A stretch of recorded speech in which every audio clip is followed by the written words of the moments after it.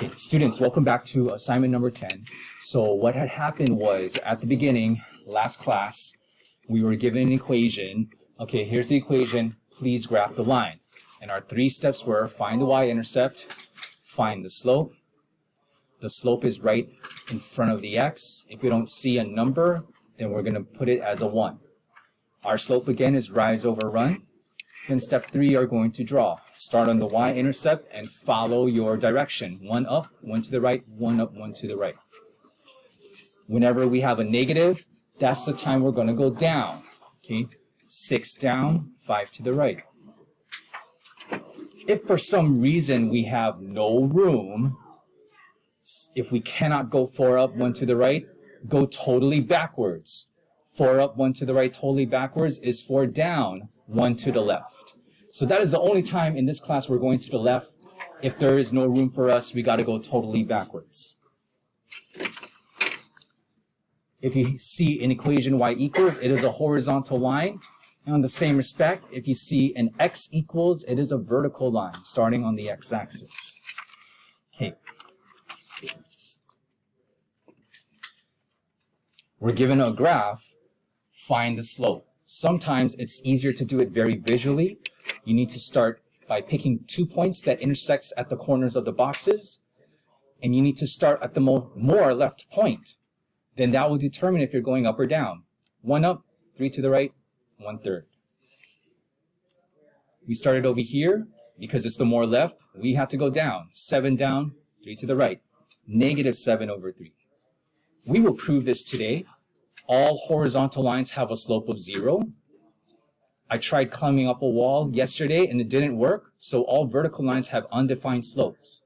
We cannot give this type of number for vertical lines. And anytime you have a fraction, you need to reduce it all the way. Where we left off last class was we just got started and halfway through our slope formula. So again, like I said, one way to do it is you can graph this on a graph paper and go rise over run. But sometimes it might be too difficult because you don't want to be graphing 16 and then 20 up. It might be a little bit too much.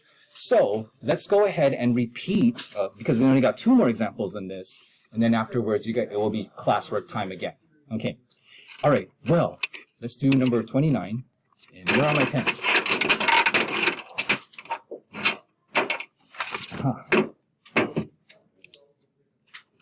X1, Y1, X2, Y2,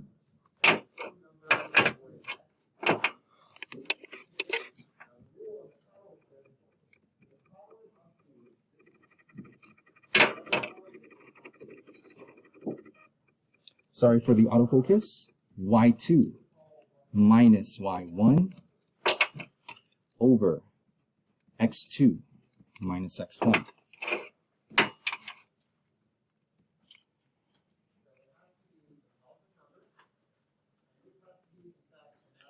You guys tell me what to write on the top. A4, ready, go.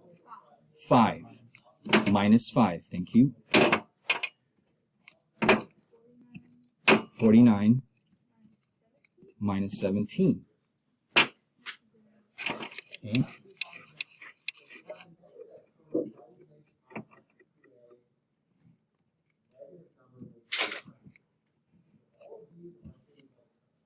Five minus 5, 0. And I need help. 49 minus 17, 32. We got 2 special cases on 29 and 30. I need to review some things if you're a previous math teacher have not said it. 0 divided by any number is what, you guys? 0. 0 divided by 32, 0. 0 divided by 0. Okay? 0 divided by pi, 3.1415, 0. Okay?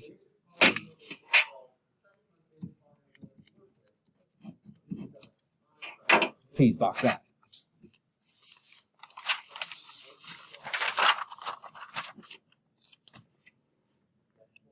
I want to think back on your notes a little bit, and then I'm going to show you guys what we are doing on Desmos.com. If we have a slope of 0, you guys, what type of line is that again? It is a horizontal line. I know the question doesn't ask. It does not. It just says find the slope. But we always want to refer back to what we've learned previously. So if we have a slope of 0, we got to be thinking, okay, this has to be a left to right line. Horizontal. I'm just going to go quickly on Desmos.com so that you guys can see a visual. We are on Desmos.com, and so we're still coming from number 29. We've already plotted 17, 5, and then 49, 5. So if we were to graph the line, if we were to connect the dots, you guys can see that this is a horizontal line. Okay? Any questions on this? Any questions? Let's finish up round 1. Let's go. This time around, I'm not going to use colors. X1, Y1, X2, Y2.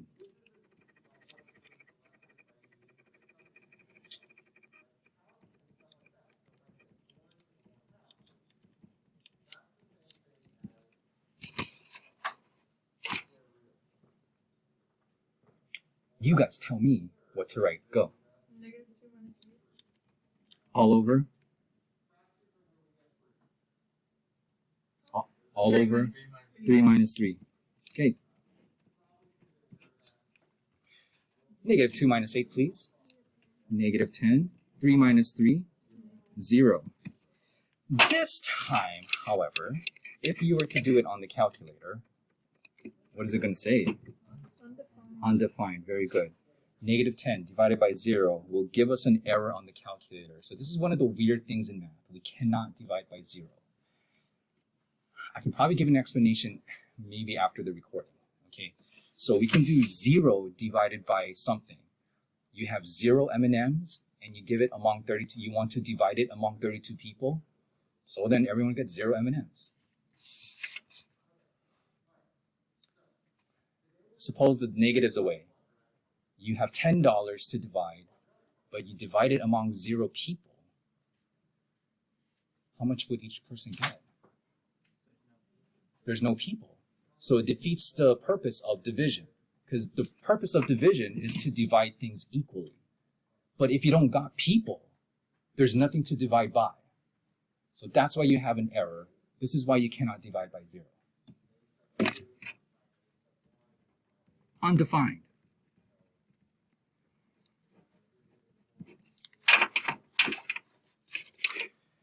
If you got a slope that's undefined, what kind of line does that look like?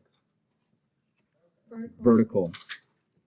I'm not going to go on Desmos.com, but here is a small visual for the visual learners. Say, for example, 3, 8 is here, and right on top of that, right below that is 3, negative 2. Well, not really right below. It's below. You will have a vertical line if you connect the dots. Okay. So you have all these different scenarios. You'll have numbers, you'll have fractions, you'll have positives, you'll have negatives, you'll have 0, or if you divide by 0, you'll have an undefined, depending on your guys' calculations. Okay. Before we finish up, let's just do 2 more things and then you guys will do classwork. Always reduce what?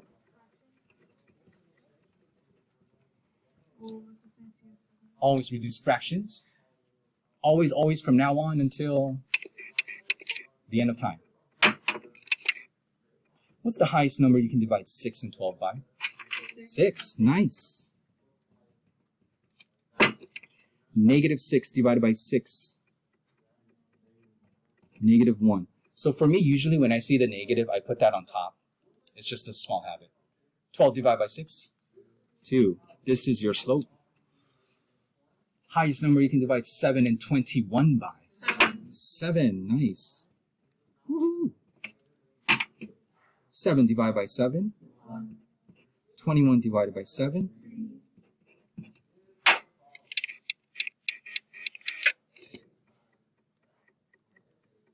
I want to show you once, and I will also want to show you again, because I know some of you guys are not strong with fractions. Let the TI-84 just work it for you guys. So say, for example, you just want to reduce this and you just forgot. So what you can do is just go 7 divided by 21. Actually, everyone try it out, because I don't know if everyone knows this trick or knows this function on the calculator. So try it out first. 7 divided by 21, and everyone's going to get some sort of decimal number, correct? Like 0.33333. Okay. Now, to tell the calculator to change it back into a fraction, this is how you're going to do it. You're going to hit the math button, which is on the 4th row. So hit the math button right now. Once you hit the math button, you will be under some programs or some functions here. The one that you want is already highlighted, number 1, fraction. So you just hit enter. And then you're going to hit enter one more time. Kabam, 1/3. I think it's going to make your algebra, geometry, algebra 2, trigonometry, pre-calculus, and AP calculus life a little bit easier.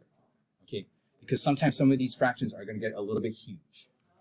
Let's try it again one more time. Like, 6 divided by 12, bam, 0.5. And some of you guys know it's already 1/2. But how do you change it again? What button do I hit? Math. 4th row. And then? Enter twice. Enter twice because it's already on fraction. Enter, enter, 1/2. It's going to be easier for you guys.